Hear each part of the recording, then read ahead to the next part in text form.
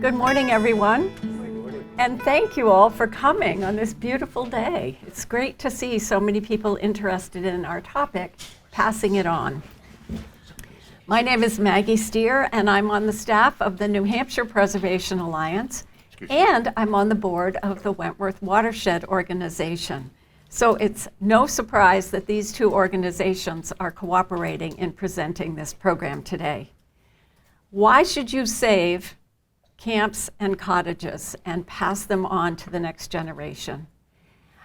We're going to hear first from Julie Brown, Director of the Wentworth Watershed Association, and then we're going to hear from Jennifer Goodman, Director of the New Hampshire Preservation Alliance, to try to answer that question. Good morning. Thank you for being here on a beautiful day. I know we've had lots of rain, and coming inside on a morning is a challenge, but obviously you're prioritizing passing on your family lake house, so thank you for being here. This topic is of personal and professional importance to me. My family has a shorefront residence in Alton that's passed down through multiple generations. My sense of place and love of lakes and the mountains in New Hampshire are because of my connection to that place. It's why I live here now, and it was foundational to my career in conservation and my involvement in the town, and it's why I have returned here to work and protect the lakes that I love. My story is not unique. When interacting with association members, neighbors, community members, I hear very similar stories. Memories from childhood jumping off rocks, swimming races to the named underwater rock that only your family knows the name of, loved hikes to vistas, boat rides, and walks along the rail trail to visit favorite bakeries, candy stores, ice cream shops, summer evenings playing with summer friends, summer romances.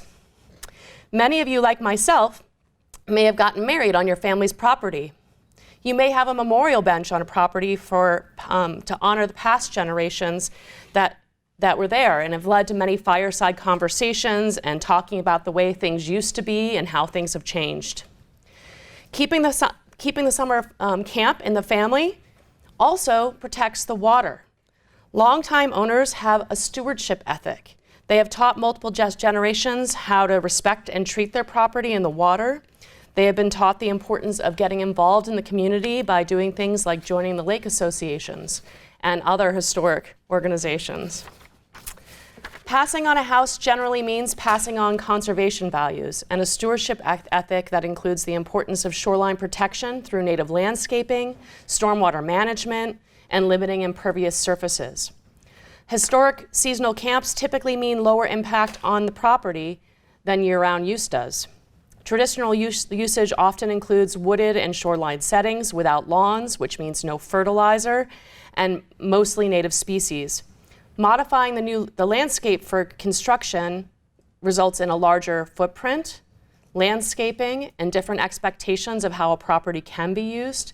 It also means winter plowing, increased road salts, more impact on that camp road, and it generally has a bigger impact on water quality. Creative ways to keep the lake house or summer camps in a family not only preserves your family legacy and your family's connection to the place and usage of the lakes and lands over time, but it also protects the lakes and lands and the watershed in general. So the Wentworth Watershed Association is thrilled to sponsor this event and hope that we can all find creative ways to pass down the lake houses. And Mom and Dad, you're watching from TV, please learn how to preserve our family lake house. So I'm Jennifer Goodman, the director of the New Hampshire Preservation Alliance, the statewide historic preservation organization, and its alliance is in our name, and we love working with local organizations like the Watershed Association, heritage commissions, conservation groups. It's how we get our work done. We're all about saving special places, encouraging investment in villages and downtowns and unique buildings and private property, and because of its social and economic benefits. And we do that through providing educational programs like this, technical assistance, call us for help when you need it, planning grants and grants for nonprofit and publicly owned buildings. We pay attention to where the issues are, where the concerns are, what's working, what's not, and we definitely think of this kind of property, these summer camps and cottages, as sort of an endangered species. And you know why. You know because of market pressures and family pressures and individuals making very personal decisions to keep or not keep these kinds of properties. And then on a larger scale, sort of the big social themes about how we're vacationing differently than we used to, how we're living differently, and what the pressures are on these very special places. So we want to help save as many as we can. We want to avoid unnecessary demolitions and help families like yours conserve and preserve these incredible properties. Special because of their, special to us, right, because of memories and legacy, of family legacy, from a historic preservation standpoint, really important for their social and architectural history, perhaps. And then on another level, as Julie said, it's all part of great sustainable practices of preserving old buildings and all the embodied energy that are part of them, and having a positive impact in terms of the use of the land and environmental sustainability and protections. So very pleased to be here with you today.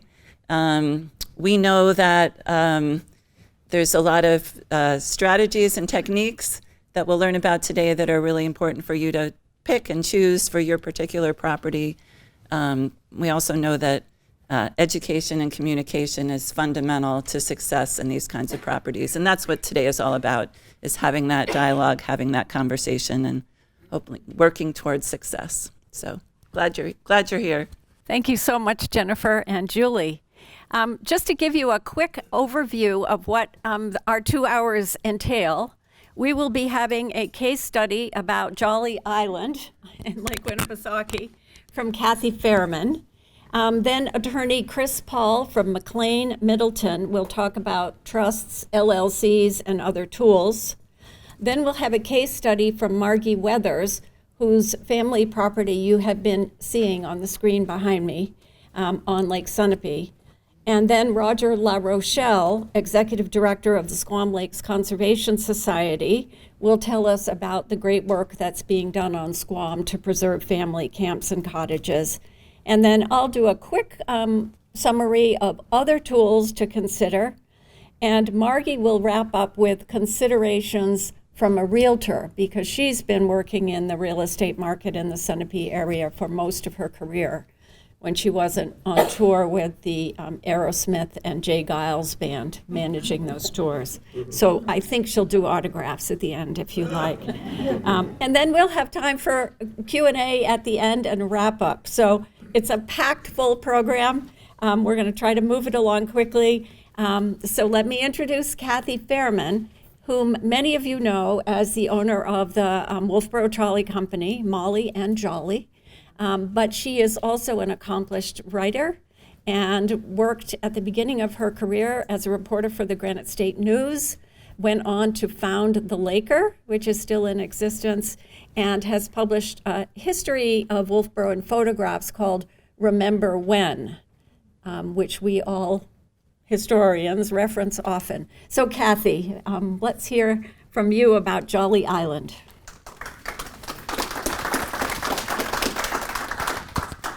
So thank you very much. Maggie asked me to come here today to talk a little bit about my family camp heritage, and it really is still a camp by our choice, very much my family. My story actually begins back before the Civil War, though my family camp has been in my family since 1893, so 130 years this year within the same family. But I go back just before the Civil War in 1857 in the Midwest in Lodi, Wisconsin, when my great-grandfather was born there, James Bartholomew. His wife, eventually, Ella Tabor Bartholomew, born in 1859. He attended Lawrence University. He started there thinking he was going to become a lawyer, and instead he became a minister. Certainly the influence of the Methodist Church, which is one of the founders of that university, was probably a factor, and I'm sure that was a factor in how they met, and it certainly was throughout his life as he served. He then, after they were married, they went to the Black Hills of South Dakota, where he served as a circuit minister, traveling to the towns to do what needed to be done, the marriages, the baptisms, the funerals, the preaching. And that is where my grandmother Josephine was born in 1883.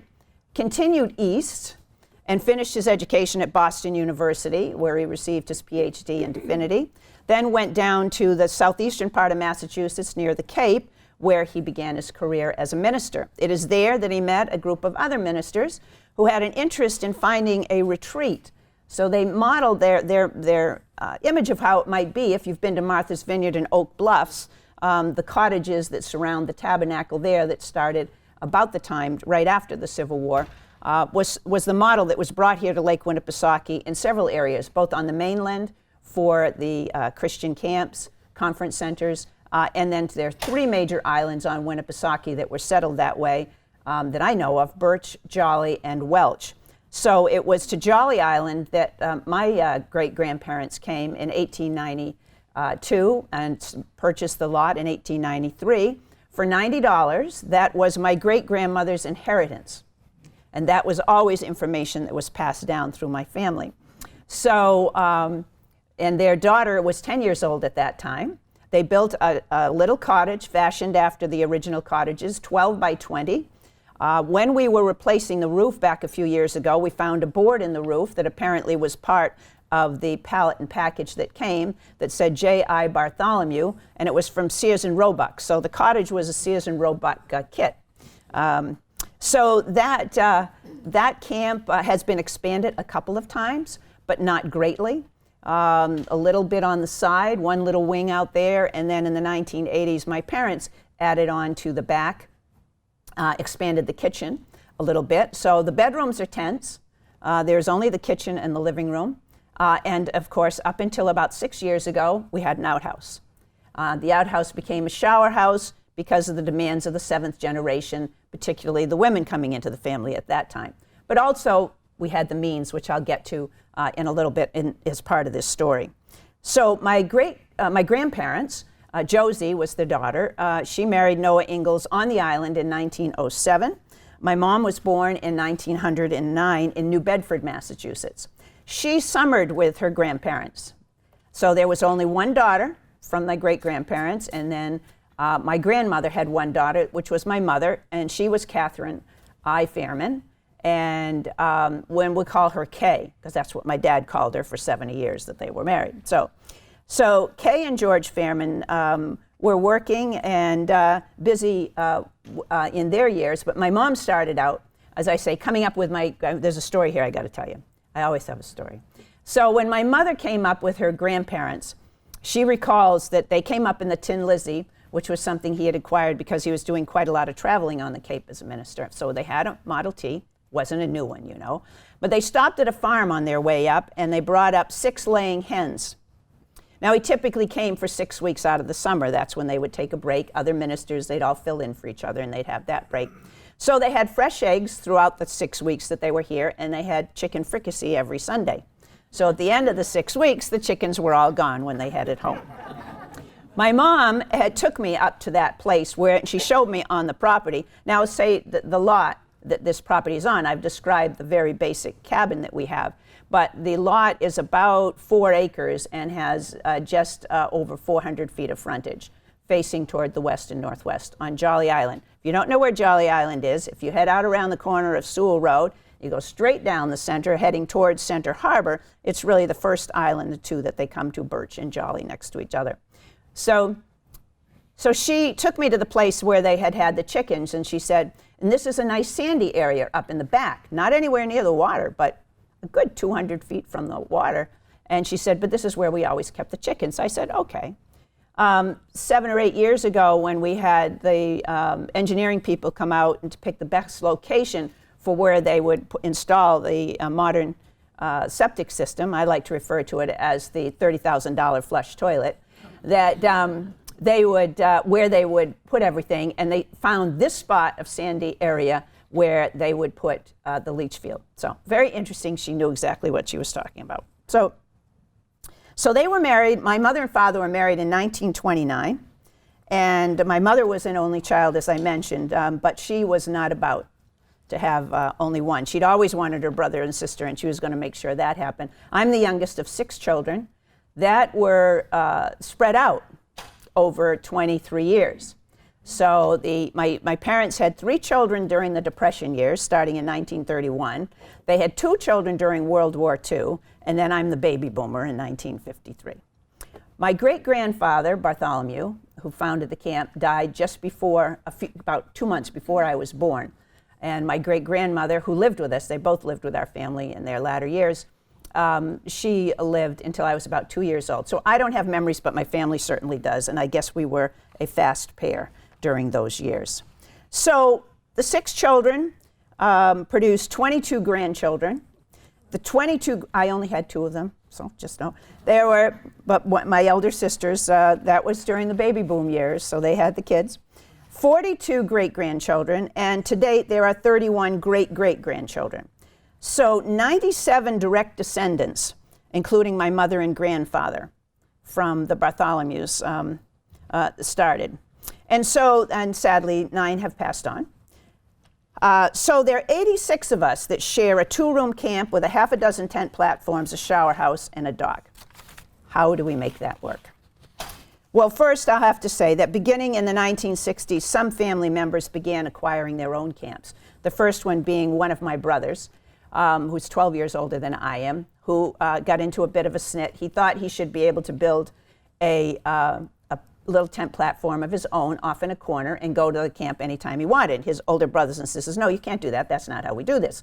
We do this by we each have a week or 2, and nobody else can come when we're there. And he said he didn't think that was right, so he picked up his tent, he left, and went and bought a camp on Camp Island, which is right next door, for about $3,000 in 1962 or 63, and his family is still there today.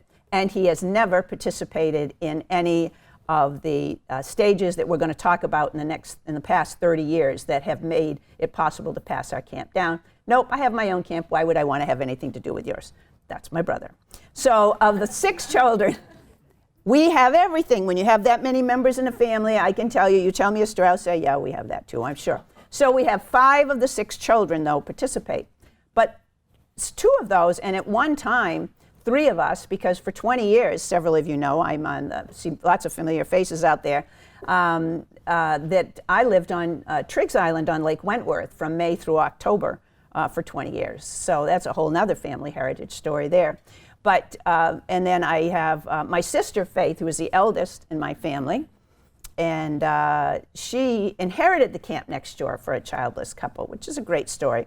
I just have to interject that my 2 eldest sisters were both expecting the same time my mother was expecting me. So I'm not one of those kids that my parents raised because of the older, you know. Could have been that way when I got old enough to figure it out, because I have a niece that is 11 weeks older than I am and a nephew who is 6 months younger than I am. So when we were kids, and all 3 of my sisters took me to the island when they went with their families. So I had lots of time there, very fortunately. I don't think my mother could ever go back very often. She didn't until her later years after her grandfather passed away. It was very, very difficult for her, so I did not go with them as a child. But in any case, I have to be very careful. I'm getting way over time on the stories. So I want to get to the steps that involved what we did. First of all, there were other camps that went, but there's still 3 branches with 4 generations that share the property. Step 1, in 1993, when my mother was 86 years old, she wrote a letter to us children. We just celebrated the centennial of the island. And she said, you know, your dad and I think it's time you kids started paying the expenses and accepting the responsibilities. So we all wrote back with all different ideas about how that could be done. And we worked hard to make it work. 5 of us continued that. There were confrontations. There were compromises made. Among the earliest things was always the vacation selection process and how we made that work. It was a challenge, but we still are able to, and we even tweaked it a little bit this year. We trying to make it as equitable as possible. Step 2, in 2002, when my mom was 93 years old, she said, you know, I think you guys can work together on this. I'll go ahead and do something legal with that. And she formed the Fairman Family Trust. We found over the years in that vacation selection process, I want to touch on that because it is the trickiest part. We took I like to call the Texas versus Rhode Island project concept with that. My family, I have 2 children, 4 grandchildren.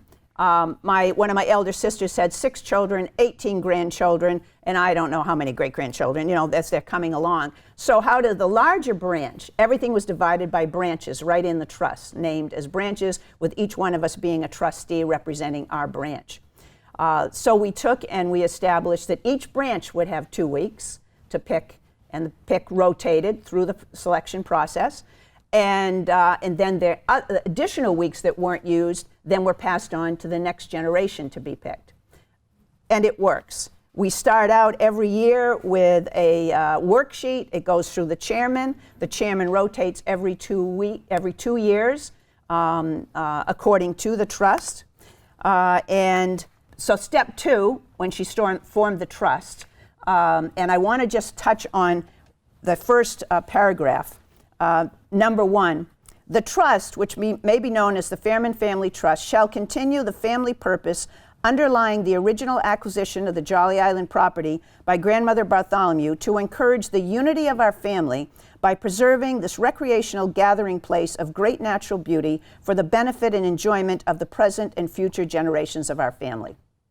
As recently as this summer, when we went back and reviewed this trust, and then the second trust that came along when my mother passed on in 2007, in which she left a bequest, she left half of her liquid estate to the camp trust, I'm going to call it, just to keep it straight, that would be invested. And so in the first trust, the expenses were to be borne by the users. We set a weekly donation rate based on how much it cost. And of course, everybody can raise their hand. They know what the biggest expense we have is taxes. Taxes. So $10,000. We're in the town of Guilford. $10,000 a year is what the taxes are. So our weekly donation rate for the, quote, prime weeks in July and August was set at $900. Ever since my mother's bequest in 2007, the income from that is used to offset some of the expenses. Capital expenditures and improvements we have to pay for on our own. We have the primary weeks and we have secondary weeks.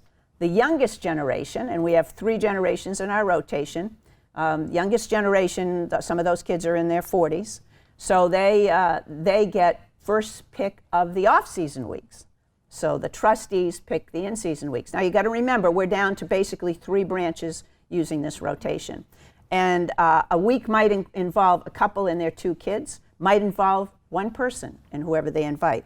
My 80-year-old sister was out there for 2 weeks this year. She decided she wanted to do that, and she invited family members to come as she did. And then my nephew, who's a year older than I am, who has 5 children and 8 grandchildren and all of that, that family comes every year, and boy, they fill up the tents. And they always want to build more den platforms. I don't know why that happens. So step 2 was in 2002, the establishment of the trust. One of the things we did early on after that point is we decided that we wanted to pass on the responsibilities earlier to the next generation.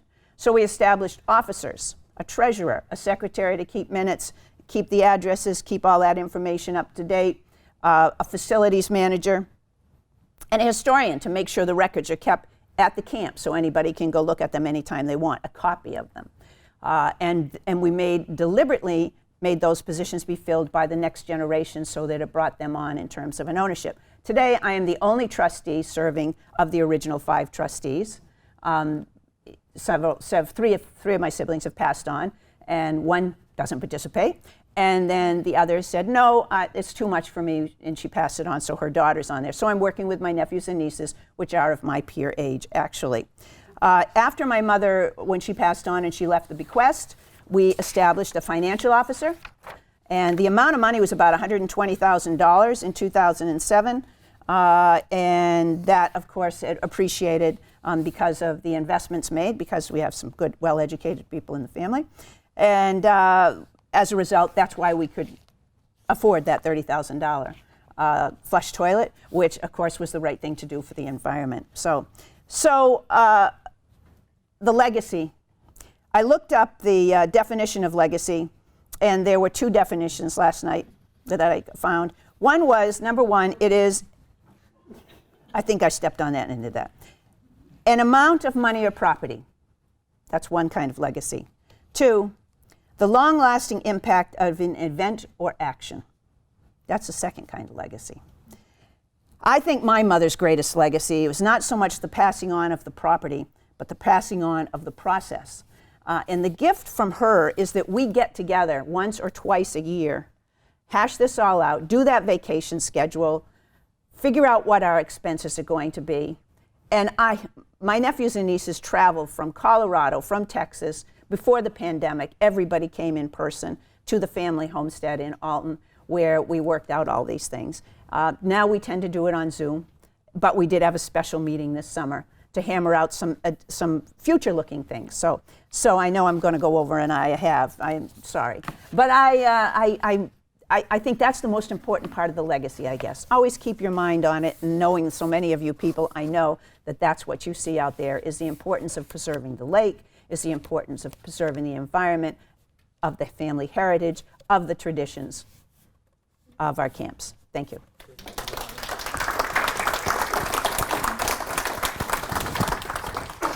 Thank you so much, Kathy. I'd like to introduce Chris Paul now of McLean Middleton, who is a director of the firm and chair of the Trust and Estate Department. I think I'm going to keep this brief so you can have more time to speak.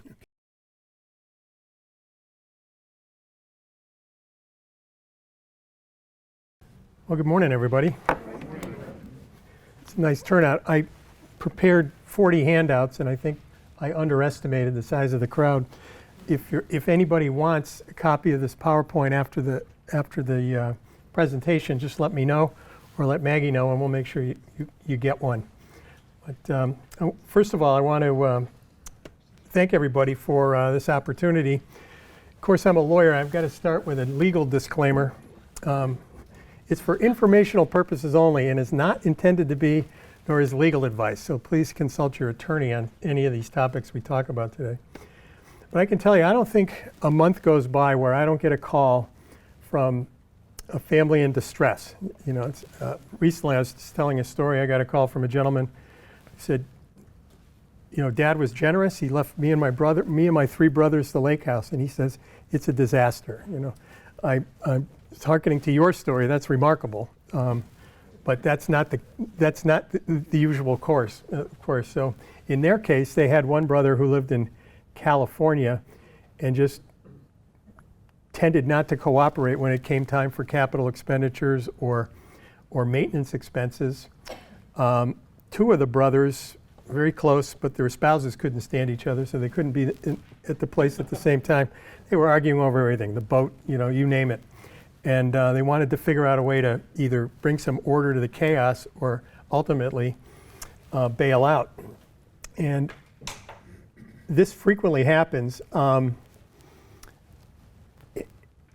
got a case study here that is close to what happened to one of my clients. So Jack and Denise had 4 children and 7 grandchildren. The entire family enjoyed the camp on Little Squam for many years. And Jack had inherited the camp directly from his father in 1975. So Jack and Denise left the camp in their estate plan for their 4 children. And when they passed away, they were assured that their children would be capable of managing this property just like they had. And unfortunately, Deborah, one of the daughters, ended up in a highly contested, nasty divorce. And although she kept her interest in the camp, she had to substantially alter what otherwise would have been a good financial position because of that. And one of the kids became an expat, and so he was gone for several years. And then again, they had sort of spousal discord here as well. And so in the family meeting they had before they called me, it became very divisive. And so this is a common situation. I see it all the time. And we've got some potential solutions to talk about today. And I think many people think, how do we protect this property from my kids or grandkids' creditors, dissident spouses? Perhaps maybe we can set some ground rules in advance so that we can agree before we transfer the property on what the ground rules are going to be. One of the key components people always ask me for is, how do we limit the transferability of this property? So for example, many families want to exclude ownership interest to spouses of children, concerned that interest could be cleaved off in a divorce. They're concerned about creditor protection. If their children or grandchildren have creditor issues, can somebody get their hands on this property? What if one child who's a co-owner decides they want to sell their property to some non-family member? And then finally, what if some children just choose not to participate? Those are many of the key issues I deal with all the time in my practice. So I'm going to start quickly with a little word about taxes. When we're talking about preserving property for the legacy and for family members, most of the time people aren't contemplating that the property's ultimately ever going to get sold. But I just wanted to talk a little bit about the intersection between the estate tax and the income tax. They're two separate parts of the tax code, but they do intersect in a meaningful way when it comes to this situation.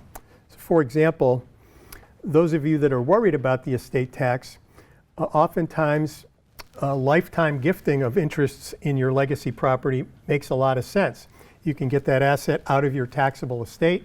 Any future appreciation is also out of your taxable estate. And so in order to preserve that piece of property by exempting it from estate tax during your lifetime often makes a lot of sense.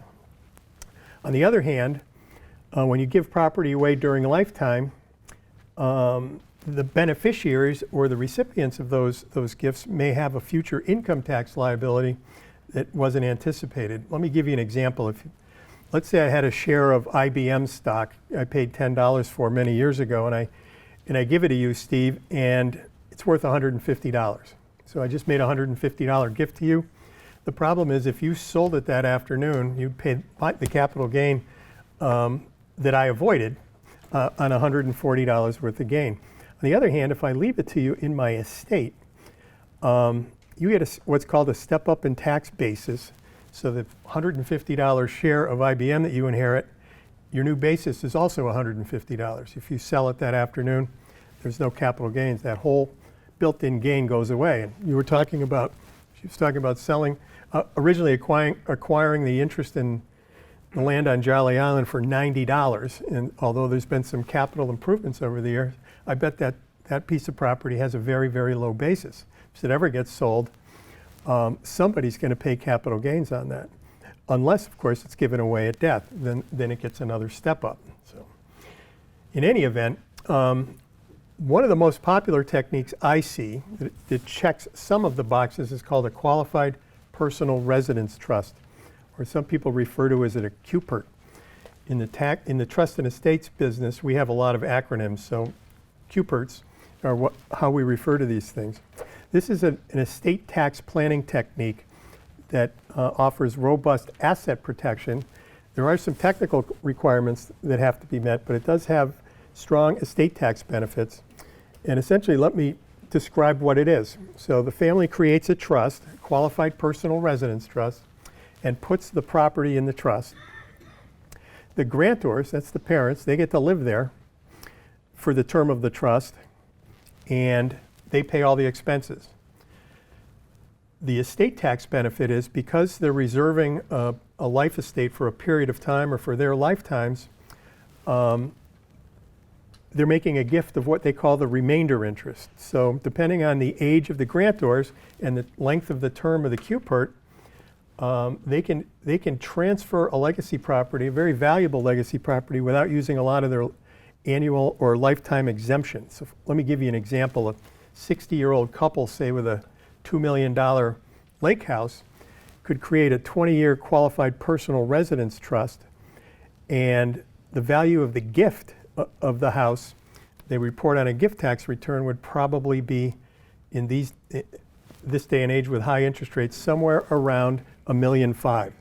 So they could give away, a $4 million house for using up about $1.5 million in their estate tax exemption. So it's a good way to get a very valuable piece of property out of a taxable estate. You've got to live the life. You've got to live the term of the QPERT in order for this to work.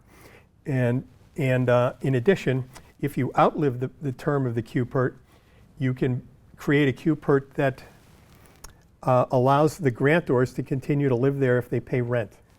So To be a resident of the state.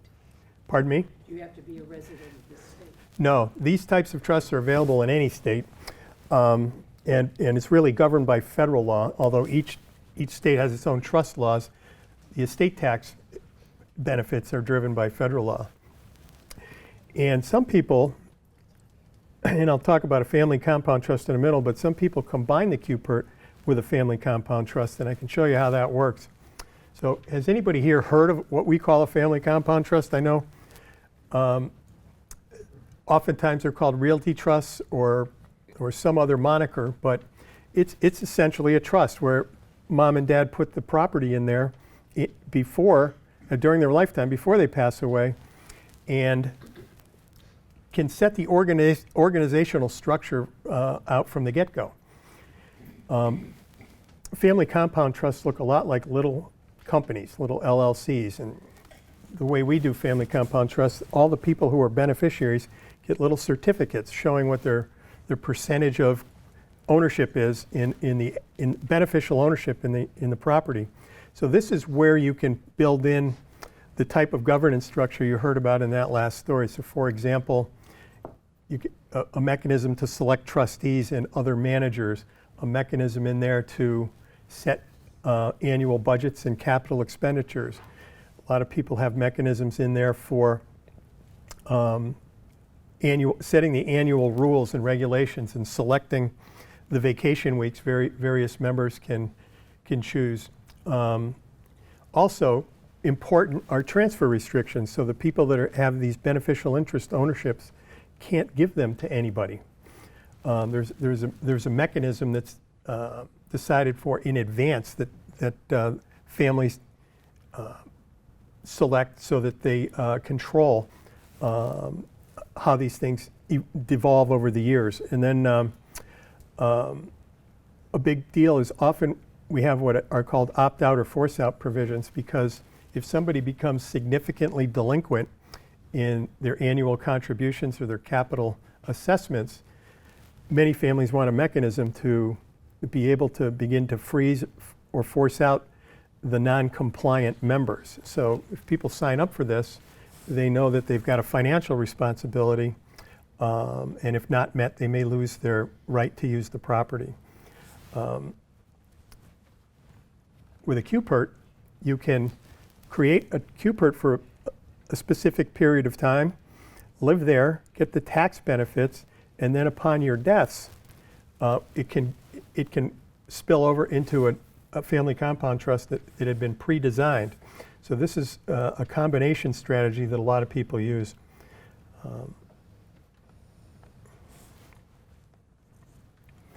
More popular these days is called a limited liability company. And I think there's a book on the desk there. It says Saving the Family Cottage. Yeah, and it was written by some lawyers in the Midwest, and they discussed the use of these family compound trusts or limited liability companies. And I believe they take the position that an LLC is probably a better vehicle than a trust these days. And it didn't used to be true in New Hampshire, but since about 4 or 5 years ago, because of the way the tax laws have changed, we typically don't have to worry about a transfer tax when you put your real estate into a family limited liability company like we used to. And then the taxation rules are such that both a trust and a family limited liability company now are on the same footing. So LLCs are becoming much more popular. And family compound trusts and family limited liability companies look much the same. And instead of getting a certificate of beneficial interest in your family compound trust, you get a membership unit interest, looks like a share of stock in the LLC. And you can, again, develop the same organizational structure. It has very robust asset protection features. For example, if one of the beneficiaries is sued or goes through a divorce, there's little chance that the creditor or the spouse can get access to the property. Again, you can have robust robust transfer restrictions, or commonly include those force-out or opt-out positions if people are not pulling their financial weight. And we do probably more family limited liability companies these days than we do family compound trusts. I was intrigued by the story we heard earlier. The most challenging family compound trust I ever did was for a property that had gone at least 4 generations on Squam Lake, and there were 48 participants. And it took 2 years for us to get a family limited liability company finally up and organized. And the family itself was quite organized, and there was very little dissension, but they had various committees all working on various parts of the family limited liability company organizational documents, and it turned out successful. And they have a very complex organizational structure and selection process for various weeks, et cetera, as you can imagine. And there are opportunities, depending on how the property gets used, to also have some rental income to help offset the benefits. And again, the previous story we heard, it's not uncommon for family members to leave a legacy or an endowment to the trust or the family limited liability company to help offset future expenses for future generations. And at McLean Middleton, we've probably, in the last 10 years, I'm guessing now, but I'm estimating, but at least 200 family compound trusts or family limited liability companies. They're getting popular. I did a presentation during COVID for an organization called New Hampshire Lakes, and I think there were 280 people on the Zoom, but many of them were couples. There was well over 400 people showing an interest in this type of structure. I think you all know the war stories and the horror stories from neighbors or others where, ultimately properties get lost to non-family members due to the inability to pass these along successfully to future generations. So I urge you to get that book. That book deals with, it's an easy read, but it talks about all the items for consideration that often don't occur to people until they start the process. And if you're interested in that process, that's the best place to start. You can buy it here today, and I think you can get it it's published by Nolo Press. I recommend it highly. I think, very briefly, anybody know anything about conservation easements? As one hand goes back up. I know there's going to be more on that later, but in terms of preservation, the use of conservation easements is quite popular. It's essentially a permanent restriction on land granted to either a nonprofit land trust or some other government agency, which can limit development and commercial use so that can remain in its current state forever. Oftentimes you can get a charitable deduction for creating this type of restriction and donating it to a land trust or an agency. Some people actually have been able to sell conservation easements to nonprofits. And so if that's something that's of interest, I think we're going to hear more about that a little later today. Well, keep in mind, when we talk about LLCs or family compound trusts, the concept is nobody owns the land anymore. The entity owns the real estate. What you have is what's called a beneficial interest, and whatever that interest happens to be is defined in the operating documents. So if your beneficial interest is the right to use the property, that's what you're going to lose. But typically these organizations too, they do have a termination provision where ultimately if the family decides they're going to sell the real estate, then the shareholders benefit. They would divide up the proceeds. So to your point, in some operating agreements I've prepared, delinquent members are either kicked out completely and don't get proceeds at any time if the real estate ever sells, or alternatively, if they're going to divide up proceeds, maybe their arrearages get offset. So, and there'll be some Q&A time after the fact. So I know here comes the hook. Thank you. Thanks. Thank you. And I'm going to need some technical help now too, please. As I introduce, yes, thank you. So Margie Weathers, slideshow. Our next speaker is Margie Weathers, who I briefly introduced before. She's a lifelong resident of New London, and her family dates back there with their camp until 1927. She has had an extensive real estate career since 1986. I told you about Aerosmith and the J. Gaz Band. And she has effected a number of significant sales, including multi-million-dollar transactions on the lake. But we're going to hear from her first about her own family property, and then maybe I'll ask her to roll in her remarks from a realtor's perspective, so that might shorten the program a little bit more. She's one of those realtors who loves historic properties, so we're glad to make her acquaintance. As Maggie said, I am Margie Weathers from Sunapee, New Hampshire. I've been a lifelong summer resident there for 68 years, and a long-term resident of New London, which is the neighboring town.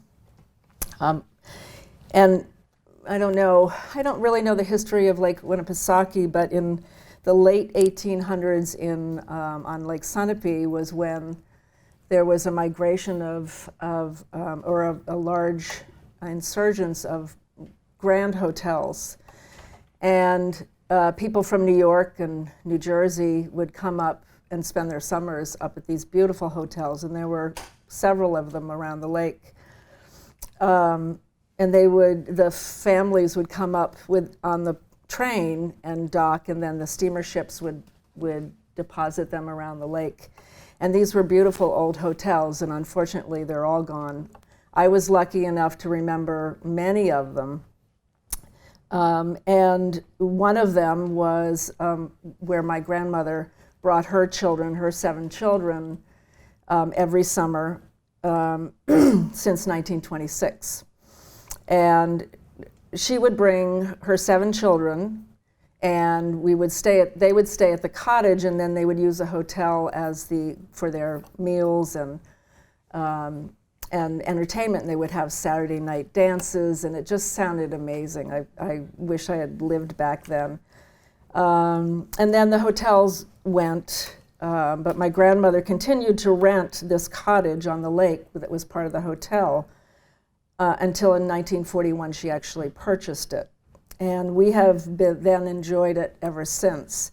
And so 7 family members with 16 grandchildren would spend the entire summer from June until September, every summer long. And it was such an amazing experience because I knew all of my cousins and spent 2.5 months with them every summer. We had no TV, no radio. There's never been Wi-Fi.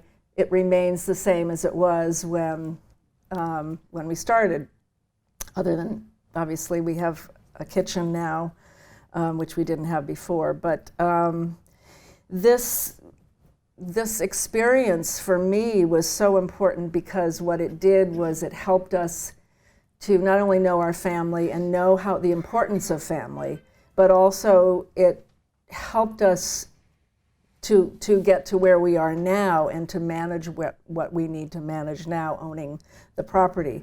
So it was, when my grandmother owned it, she then in her will said when she died, when the last of her children died, it had to be sold. So what we did was we formed an LLC, and I can't talk about that because I'm not good about that part. My brother is, but we formed committees, and it worked out beautifully. My eldest cousin ran the LLC, ran the committees. He was the head of it. We had managers, and I was part of the housekeeping committee, and we had the waterfront committee, and it worked out really, really well. And I think it was because of this experience that we had for so many years living together. And imagine this, ladies. So 7 women came up for the entire summer and spent the summers at this incredible place, and the husbands would come up on the weekends. So I remember my aunts would say, "Oh, Audrey," who was my mother, "you go off for the day. We'll take care of the kids." And then that would be shared by everybody.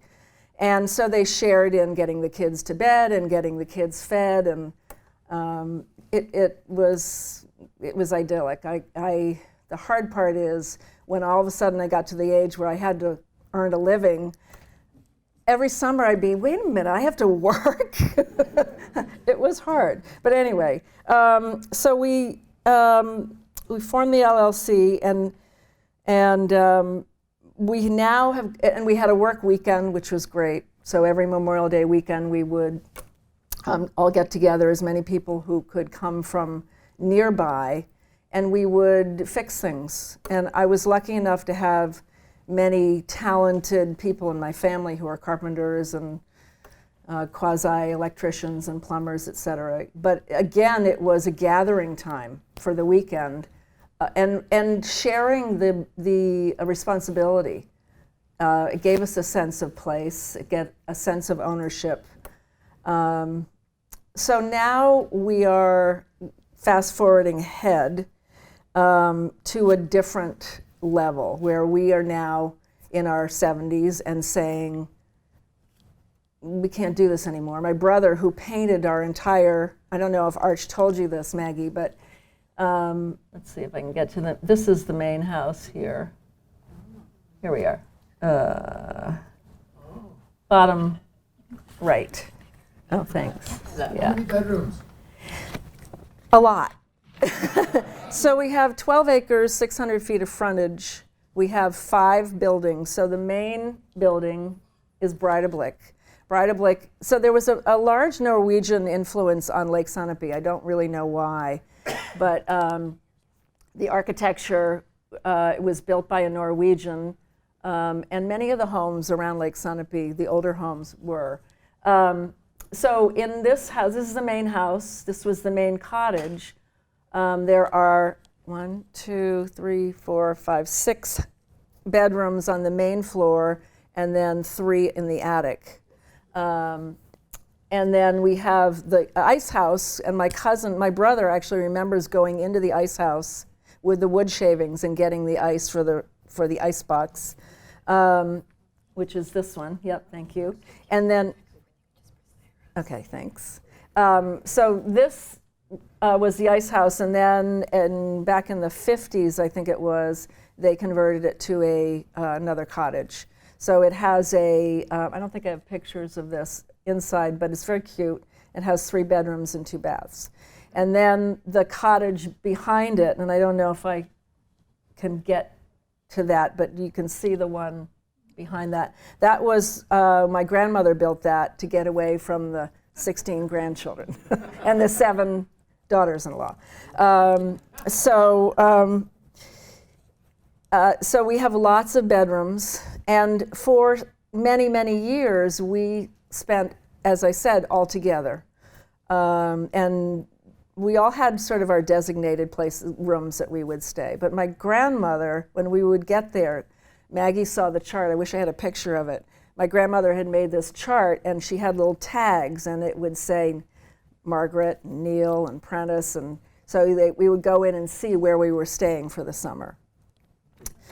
It was a lot of fun. And so our entertainment in the summertime, and I hope I'm not going way over, but this is it's just such a passion of mine to talk about it. But because we had no electronics, no TV, we would play Pounce, which was a card game with 16 kids all screaming and yelling and jumping, and when it rained, we would go out with a bucket and collect water coming down off the roof. I mean, nowadays kids would go, what?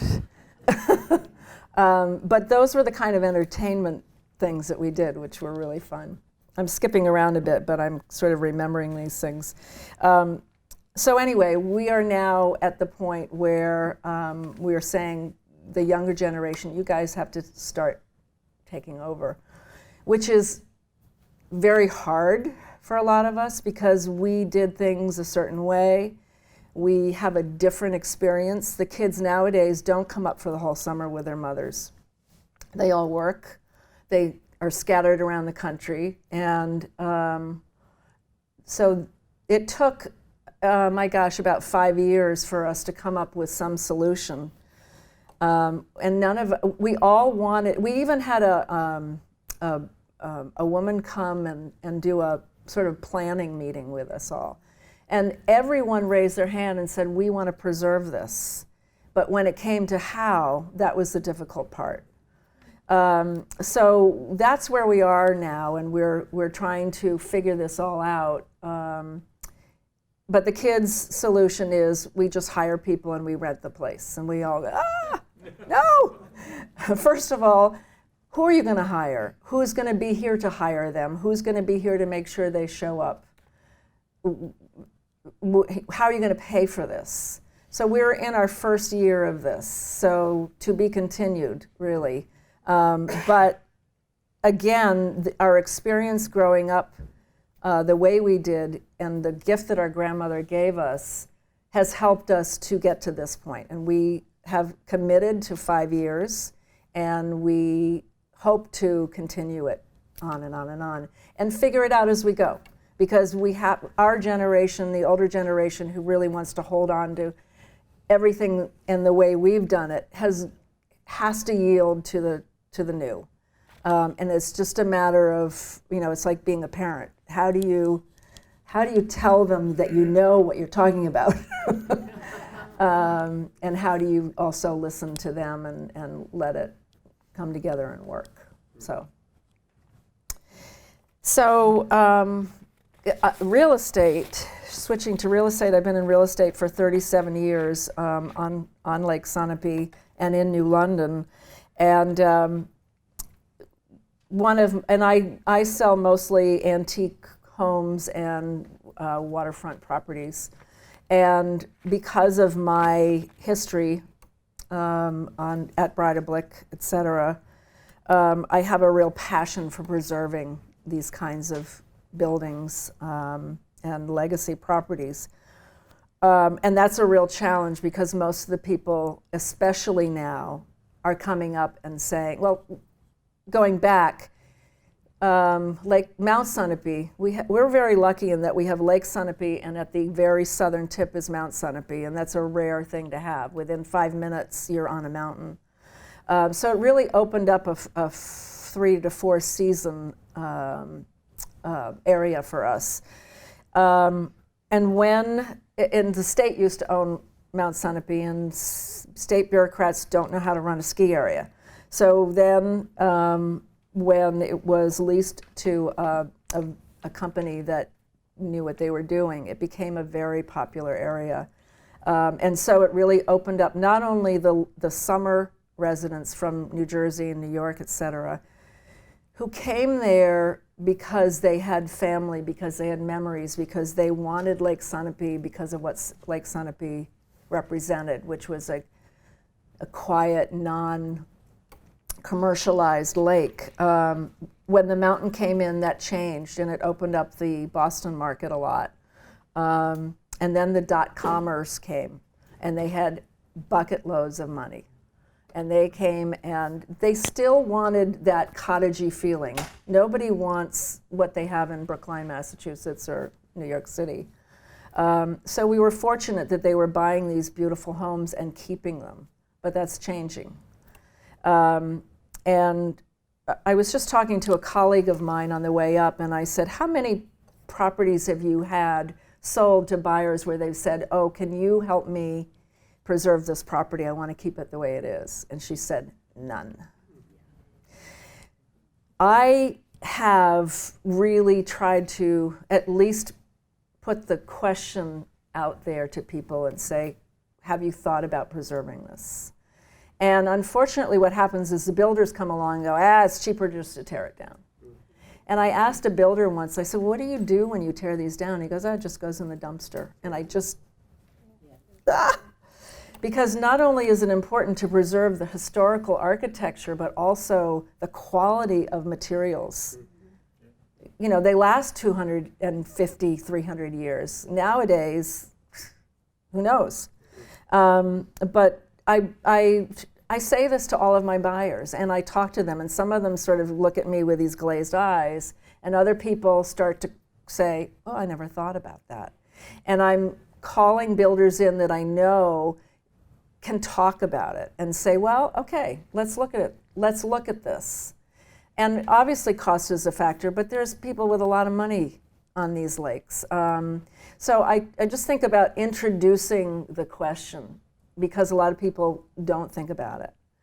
My brother is he restores old windows, and he's done a lot.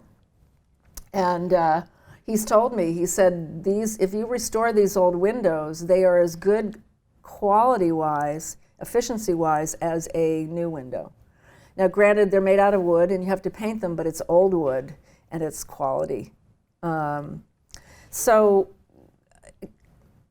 here we are again at this point where we have to meet the buyers where they are, and that is the millennials, the young kids, and they want these defined lines and glass, and we're suddenly seeing these kinds of buildings going around the lake, and steel structures, lots of glass, very, very linear properties.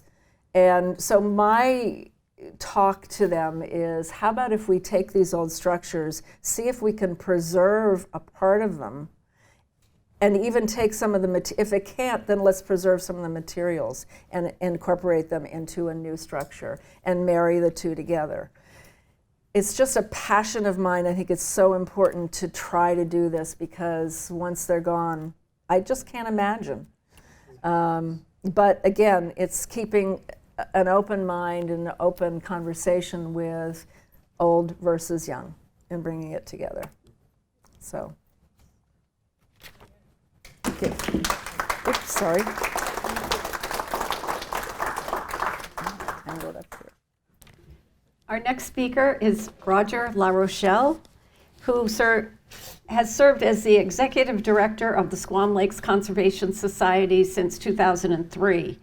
He has connections to the Lakes region and White Mountains, he says, for as long as he can remember, serving as a camp counselor on Newfound Lake, and 1 year as the director of the Junior Squam Lakes Association, which I love.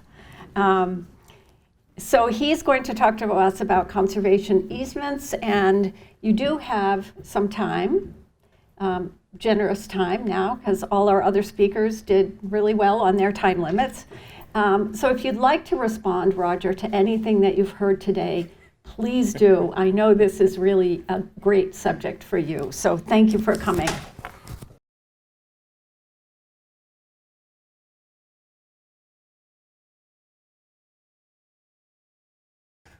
Well, good morning. It's really a pleasure to be with you. I find as I get older, I remember less and less. We've been doing this program on Squam Lake for 10 years, passing it on. So it's really great to partner again with Jennifer and Maggie in having this in a new location. And Julie, appreciated your comments early on. So much about what we're talking about is the preservation of character, of community and community character, and that special place in which family comes together. And one of the best preservation tools is continuity, and having that continuity. So that's what brings us all together here today.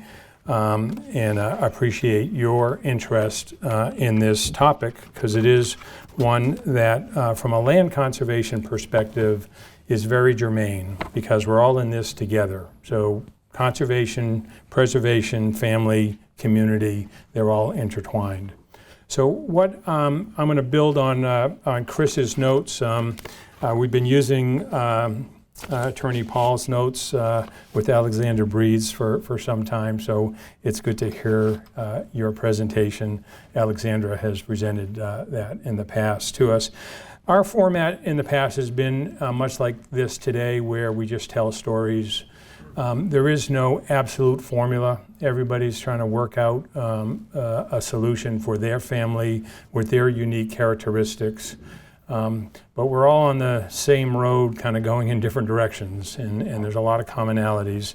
And what I want to address today is the use of conservation easements and what we call campstead easements as a potential tool as you're looking at your property and going forward. And I'm joined today by our communications and development person, Denise Sirocco, that's in the back. And we have some material on the table. So I'm going to start with a little bit of a commercial about Squam Lake, one of certainly my favorite places. And So just a little bit about the Conservation Society. We're one of the first small land trusts in New Hampshire that was created as a non-governmental approach to land conservation. So there were some big organizations, the Society for the Protection of New Hampshire Forests. There was a lake association on Squam, started in 1904. But there was a group of people that got together even before conservation easements were enabled legally to see what we could do from a private perspective to protect land. So we're an organization of about 700 households. We've completed 177 projects, which overall 30% of the watershed is permanently protected. And what's interesting about that in terms of the conservation lands that we protect, 3/4 have been by donation. So people think, well, Squam might be a well-heeled community. It's really driven by the passion for the community and the love of that community, and not about the dollars. Over the span of time, 9 times have we ever paid full market value for anything. There have been a handful of bargain sales, but the majority is driven by donation, which is really speaking to the love of the community. So Squam is the second largest lake entirely in New Hampshire. That's a bit of a trick question because the second largest lake in New Hampshire is Umbagog, but it's in 2 states, so people claim Squam is the second biggest. It is at the geographic center of New Hampshire, and I'll talk a little bit about these ecoregions. Historically, a lot of recreational opportunities, 50 miles of trails, and really what I focus on is the prevailing conservation ethos that Julie talked about at the very beginning, because that's really what binds the community together. So Squam, as I said, is at these intersections of the Penny Plain going out to the coast, the largest river in New England, the Connecticut River, and the Connecticut River Valley, and the Great North. And those come together at Squam, which from an ecological perspective, if you remember from ecology, the ecotones, the edges of these different habitats is where a lot of interplay and a lot of activity, and Squam happens to find itself smack dab in the middle. And if you could take the state of New Hampshire and balance it on a pin, it would fall in Ashland, New Hampshire. And that has been done before. And like Wentworth, Lake Wentworth and Sunapee and all of our communities, there's such a strong sense of place, and manifest by all the license plates that with the variations on Asquam, Squam, and all manner of things. And there was a book that came out in 2004 simply called Squam. And when I think of Squam, I'm not just talking about the place. I'm really addressing the community because there's so much more to it, just like your lake associations. But Squam does have a few notable things. It is the birthplace of youth camps. 1881 was the very first youth camp in the country on what is now Church Island. It was called Chicora Island at the time. And that begat one of, I think, the great exports of American across the world. And that was to have a place for youth to come and re-enjoy the outdoors. This is the time of industrialization, and getting people out of the cities and back to nature is what it was all about. And over the span of time, Squam has had over 50 camps in various forms. Today, there are only 2 youth camps left on Squam Lake. Most of them have yielded to family camps. But people like Sunapee came to enjoy, particularly starting in the late 1800s, 1890, to come to the grand resorts, to come to camps. And I was reading last week a log from 1894, and they were doing such amazing things outdoors. And they would spend the entire day completely outdoors, long canoe trips, hikes, and it was also surprising is how often they came up in the shoulder and winter season and sledded and skated on the black ice and just enjoyed being outdoors. And isn't that what we try to do for our children and grandchildren, is to spend as much time outdoors? Like Sunapee, there were several large hotels, none of which exist today. One of the aspects of SQUAM in working with the New Hampshire Preservation Alliance, there's a group of citizens that got together about 13 years ago and started tossing around the idea of what would bind the community, what would give us a handle to talk about some of the special attributes of this community. And we embarked on a National Register of Historic Places Multiple Property Designation. It's a mouthful, but it was the first of its kind, where we designated we put together the material. Elizabeth Durfee Hengen, sorry, that's her middle, did the research to kind of document what are the special historic characteristics of the community. And the goal was to protect the cultural heritage of the watershed by recognizing the value of its barns, of its landscape, and of the old camps. So at the time, there were 72 pre-1920 camps that were still in use. There are fewer of those today. There are still many, and many, as been pointed out, are being converted to year-round residents and larger. But the idea was to just keep the stories alive. So over that span of time, over 275 structures, historic resources have been identified. And in each of these nominations, they get to tell their own story of who preceded them, what is the story of that property. So the document to the left there was the cover form for the multiple property listing. So the whole watershed, I'll show you a map coming up next, was put on this National Register of Historic Places multiple property listing, which then provided a gateway for individual properties to be listed on the National Register. And aside from the individual properties, it's not exactly the watershed, but it's pretty close, outlined in red. Pretty close. It follows the watershed lines pretty well. But it included the old barns. It wasn't just lakefront. It was the old farms that were converted to summer residences and year-round residences, but it included many of the camps. I didn't bring an up-to-date image of all the conservation land, but what you see in green there, and this is from a few years ago, represents the conservation. So I want to focus on my time here, as Chris mentioned, a bit more deeply about conservation easements and how they may be a tool for you to consider.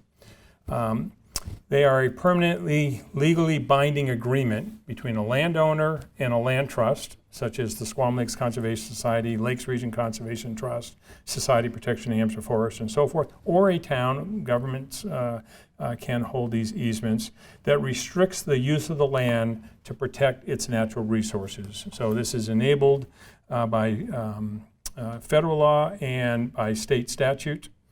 So when you're thinking of property, there are a bundle of rights. So you could have the timber rights, the water rights, the gravel rights, right-of-ways or buildings. And a conservation easement would be a subset of this bundle of rights that you could have on a property. Does anybody know what that image to the right comes from? Led Zeppelin. Yeah, good work.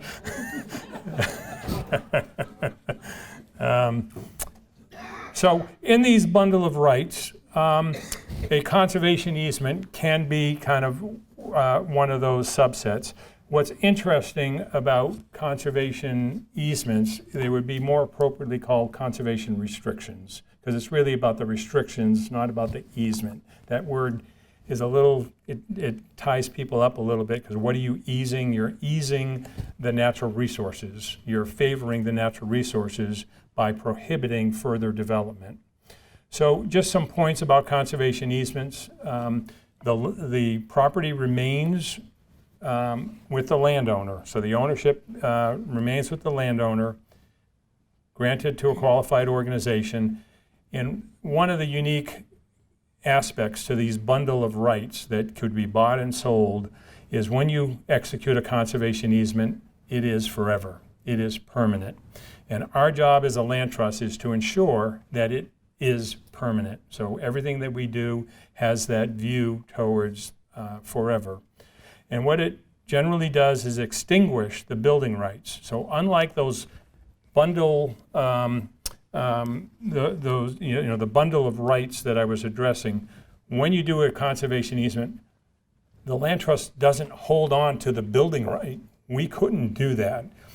The way that the statute works is it extinguishes those rights, which is very unique in terms of land use. And that was the big leap in enabling conservation easements, was this notion that the building rights would be extinguished, because most rights are not extinguished.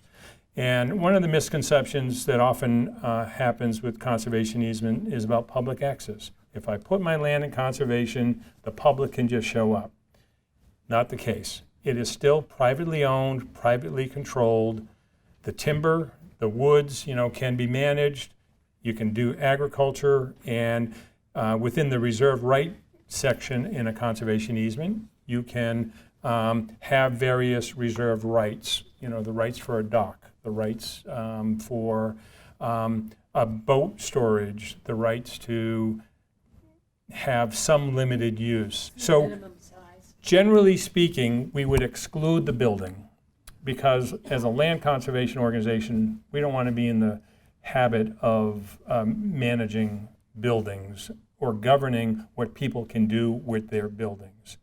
So generally speaking, conservation easements, you would say, I have a building, we're going to set that aside, we're going to put the vacant land in conservation. There is no minimum in terms of the size of it. We have some properties that are, a quarter of an acre, and some of them that are thousands of acres. They're all unique. But there are circumstances where we might want to include the building, and I'm going to get to that example here very shortly. With all of these conservation easements, they have to have a public benefit, right? The community has to benefit by protecting natural habitat, open space. It could be scenic value pursuant to a government policy. Like every town has a master plan, and the protection of property is often included in there. Historic value, it would be one of them. It's hard to see the image at the bottom of this, but it's a series of bobcats that were taken from a video with stop action. And someone wrote to us and said, how did you see that parade of bobcats? We had a handy photographer on staff. So talk a little bit about, kinship. So we had an anthropologist do a study some years ago, Derek Raritan, as part of his doctoral thesis. And he said the types of experiences which old camps avail their indwellers, the users, are instrumental in the camp's own preservation and bequeathal. Kind of you got to think about that one perhaps a little bit, but the gist of it is when you come and experience the property that your grandfather and your grandmother and your uncle and your aunts and your cousins came to, they are part of the preservation of that property. And they are the story that binds the family together. And no properties do that better than camp properties.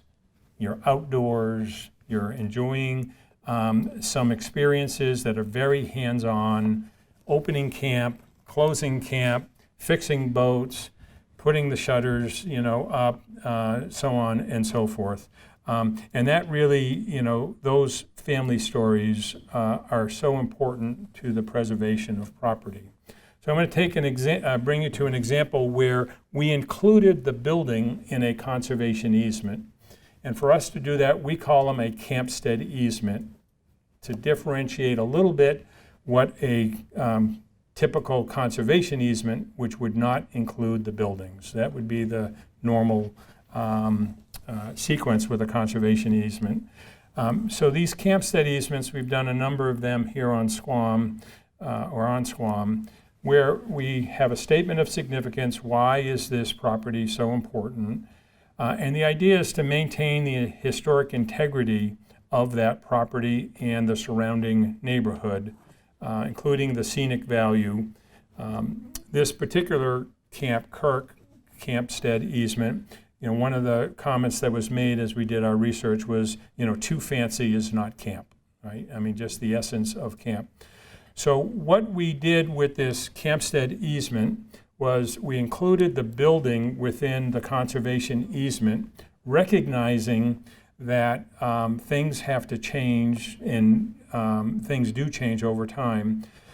So these Campstead easements, again, the ownership remains with the landowner. And in this case, the building could be replaced, which is a little bit different than a historic preservation easement where you're trying to protect the place where George Washington slept, or this particular vernacular architecture. With a Campstead easement, we were not governing what would happen inside the building. We were interested in how it fits on the face of the earth. So it could be replaced in like kind, so we document the building, the fenestration, the dimensions, so that if the family wanted to replace the building, they could do so, but it would have to have the same character. And it included certain standards that addressed the landscaping, so it wasn't lawn, it was in a more natural condition. So for a land trust to take these on, it was a novel approach to including the building, but again, the goal was to maintain the character of the community. And so many times with these old camps, we included the building because the very character of that property was manifest in the building. And again, public access is not mandatory. There's no annual review that someone has to walk through. We're not concerned with what happens inside, whether there's a dishwasher, an oven, or what have you. But the other feature, once again, is the permanence once you put these into place. Huge commitment by the families that have committed this to the future. But they feel so strongly about it that they wanted to find a way to ensure that it would always have that kind of character. So there's not every land trust that's doing these Campstead easements, but we're available if you want to discuss them further. Again, in the background, in the back, there's this Land Conservation 101, which is a simple 8-page overview of conservation easements, including a little bit about the tax incentives and other techniques. And so much about what we do is about the stewardship, because once you put these easements in place, forever is a long time, as Woody Allen said, especially at the end. And for each conservation easement, we have $500,000 worth of legal defense insurance. Someone would ask, well, how defensible are these things? They have to be pretty ironclad, because you break one, and then the whole house of cards kind of falls apart. So we take it, very responsibly. We have to monitor it annually and keep very careful records and so forth. So that is kind of the Land Conservation, 101. Chris said they're, technical. They're 20-plus page instruments. But the important thing is the conversation between the two parties. And again, there's no limitation. So 2 weeks ago, we did a conservation easement on 1.3 acres. So the parent parcel was 7 acres, and it was subdivisible. And the owners wanted to ensure that the property would never be subdivided.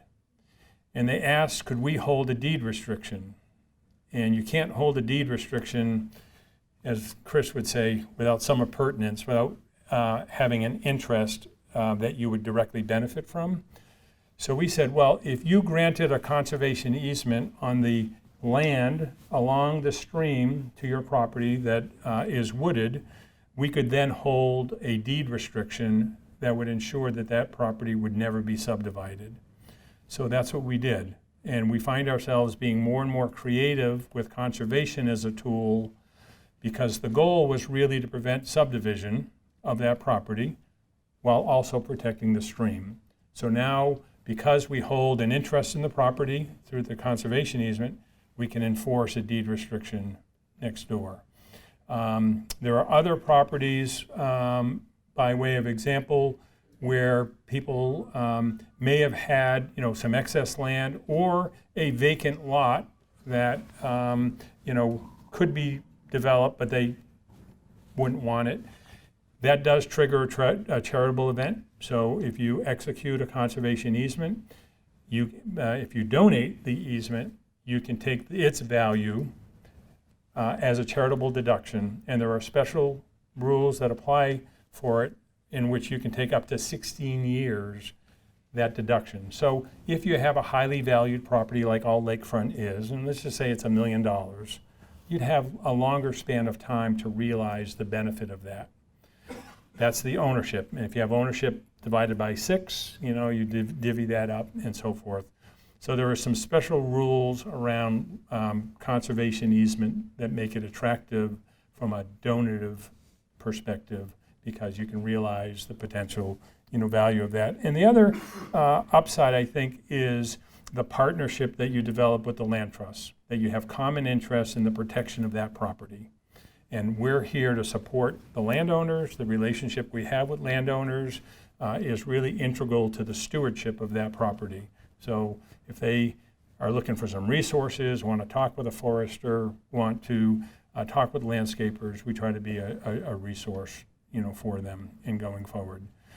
There are other people on lakeside property that actually had subdivided the lakeside portion, except for a small portion, put that in conservation, kept the backland where the structures were, and they still had some access to the lake, limited is what they gave, but they no longer had lakefront property. One of the things about conservation easements is if land is permanently protected, it can be enrolled into current use. So most people think of current use, a property tax, that you need 10 acres, which is what the state rules are. But if the land is permanently protected, there is no minimum. So we have land that's 1 acre, 3 acres in current use, which has a very low tax rate. And 1 acre of lakeshore is the same as an acre up in the hills in terms of its tax. So there is the potential for a real savings on property taxes. And then we have towns come back and say, well, are you taking away from the tax base? And this is something we hear about a lot and from a conservation. And our point with property taxes is property taxes are driven by services, not by vacant land. The vacant land costs the town nothing. And the towns that have more protected land have lower taxes because they have fewer services. So don't conflate one with the other. Vacant land isn't costing the town anything. What costs the town is, building and fire trucks and all that kind of stuff. So land that has conservation easement, or, it can be bought and sold, sold and bought without any question. But the restrictions, the conservation is perpetual. It carries, it runs with the land for all time. Thank you. Thank you. Don't go away. So I want to invite Chris and Roger and Jennifer and Julie to come up front and answer any other questions that you may have. Unfortunately, Kathy had to leave. And Margie, please come up. Okay. Oh, those.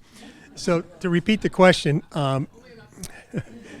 question was on each one of my slides regarding a QPERT or a LLC or a family compound trust, there was some potential disadvantages. Well, I think the first disadvantage to any one of those structures is that they cost money to establish. And depending on how complex or complicated the organizational structure is, determines to some degree how much it's going to cost. There's also annual costs associated with, some of them are modest. For example, if you have a New Hampshire LLC, you got to re-register every year with the Secretary of State and spend the whole $100 every year to get that done.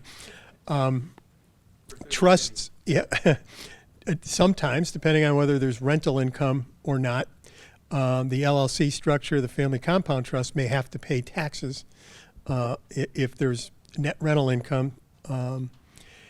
And there's some other disadvantages with a qualified personal residence trust. Typically, people will pick a length of term for the trust. So a 60-year-old may say, I want a 20-year QPERT for my spouse and I, but you've got to both live that 20 years. If you predecease the termination of the QPERT, it has to convert to something else, and it does add some complexity. But essentially that's it. We have very robust trust laws here in New Hampshire, and it's one of the best states in the United States to actually create and maintain a trust. We attract business from all over the world and want to plant a flag here. It's been a really growth industry for New Hampshire, and so both LLCs and trusts do what they're supposed to do. They have strong statutory structure that gives them the asset protection features that people need and the ability to pass them along. One of the other downsides I talked about was giving property away during lifetime. You don't get a step up in tax basis like you would if you passed it along at death. I have a rather unique property. I have my house that I'm living in was built in, part of it, half of it, was built in the 1790s, and the other half was added on in 1815. But I also have lakefront. And if I wanted to get a preservation easement on the old house, should I do that first before thinking about, I have a personal trust, but and also have a family trust from my husband's half of what we have.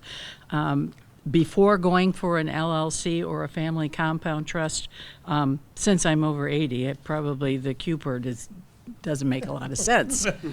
You know? I appreciate that. I'll let somebody. I'll let them address the preservation easement or the conservation easement issue to the side, but it would seem to me that it might make sense for you to get your easement before you then put that property into a family compound trust or an LLC. Because again, the easement travels with the land.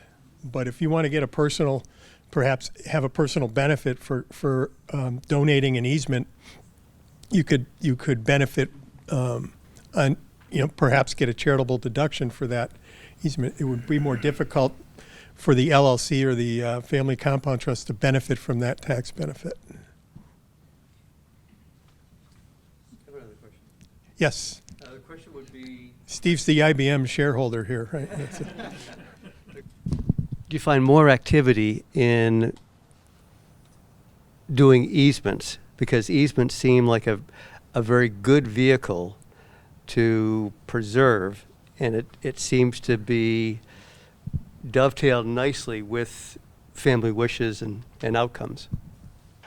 So yes, conservation easements are the preferred tool in the box as opposed to ownership. We own about 1,100 acres in the watershed. But the idea of it remaining in private ownership actually is better conservation to some degree from our perspective, because it's the relationship with the landowner, and that landowner is keeping a close eye, and we're working together on the stewardship of that property. If we own the property, we tend to make it available to the public, right? And then that's a whole different can of worms potentially, because people might not want to have access. We have some properties we don't advertise. Nobody really knows that we own and that are not public access, and we have others that are purposefully accessed by the public. But easements are a magnificent tool for the deduction and for planning, and I'm glad that it's part of the program here in terms of passing it on, because it's one of the mechanisms that you can use. Maybe I'll just add, this woman had Okay. raised her hand many times. Well, I guess a question for you too. We say that especially if the property is leaving the family, an easement is a great way to protect what's important about it to you, having put that in place. And we talk about it narrowing the pool of potential buyers, but in a good way, because you're going to be matched to buyers who have those same values that are codified in the easement.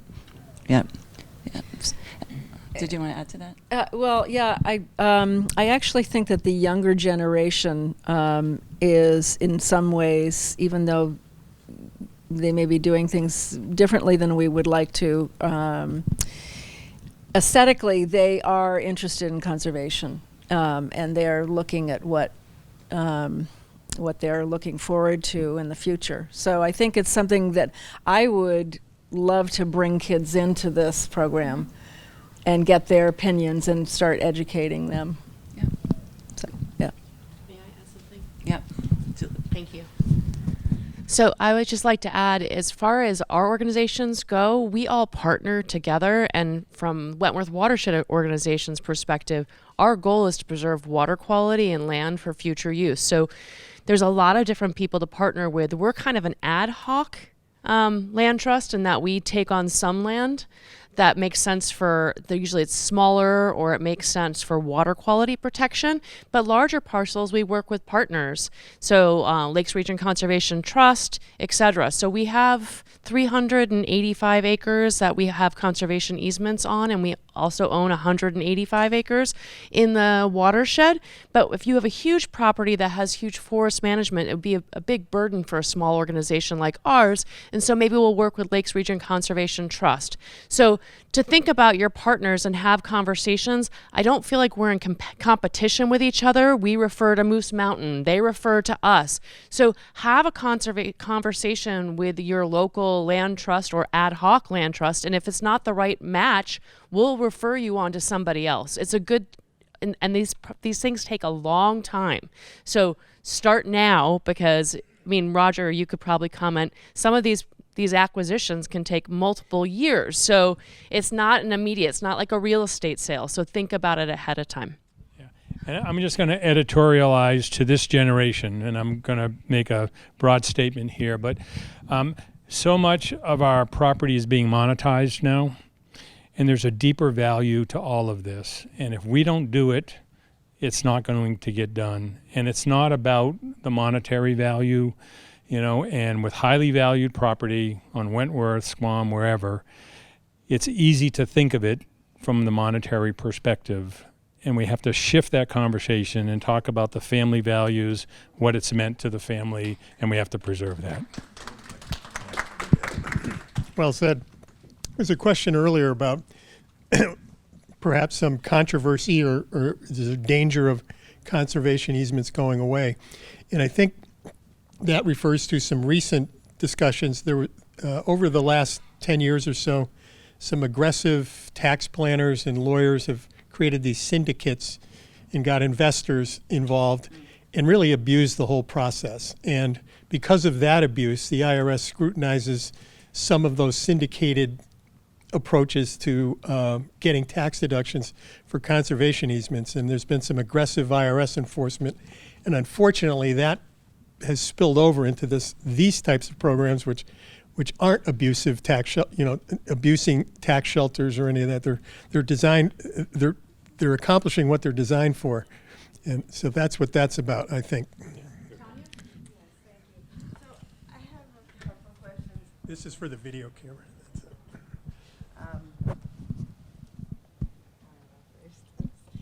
So you speak a lot of these carry with the land and these are forever.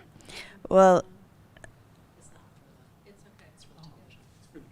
in my experience as a part of the zoning planning boards, they also have things that are supposedly carry with the land, and they seem to get forgotten very quickly. And so I'm wondering who is ensuring that these actually get carried with the land?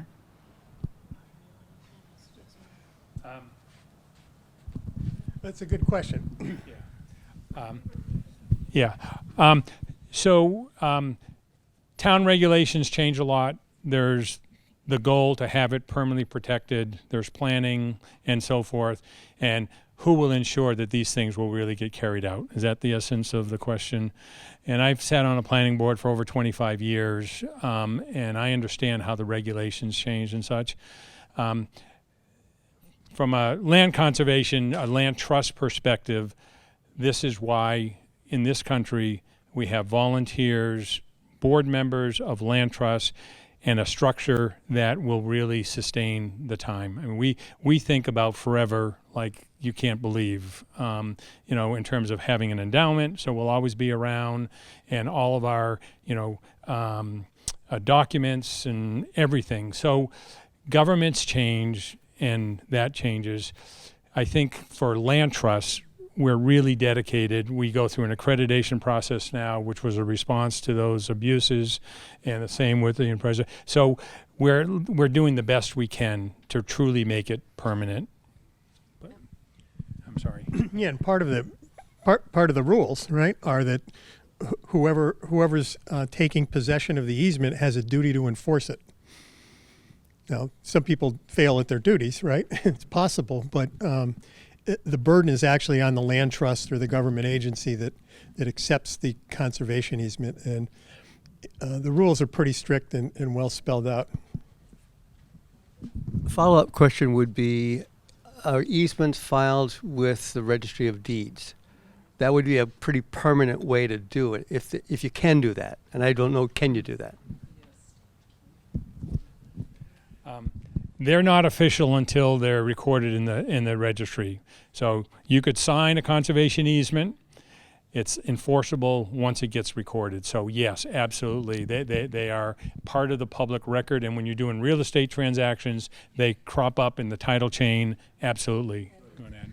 And something I wanted to add is organizations, when we take on conservation easements, we often ask for stewardship funds to come along with that so that we can put those in restricted funds, which then we invest based on our investment policies. So over time, you have the funds for that. We also carry insurance to cover if there's something going on, and we have a legal obligation to bring people to court if they've abused it. There are funds set up for that, and that's why when you have the conversation with the land trust, we will ask for stewardship funds to be raised in association with that property. So it's really important. And then smaller organizations like ours, Wentworth Watershed Association, we also try to work with other land trusts that we have a secondary interest, so that if for some reason our organization ceased to exist, our lands default to a larger land trust. So those things are all put together with people you partner with. And so ask those questions of the organization, especially if you're working with a smaller organization like ours versus somebody like yours who you're accredited. We try to follow all accreditation purposes, but we don't do enough of it to actually have that accreditation, but we follow all of the things that they require. So again, it's who are you working with to conserve your land? Lucky you don't have to go through accreditation.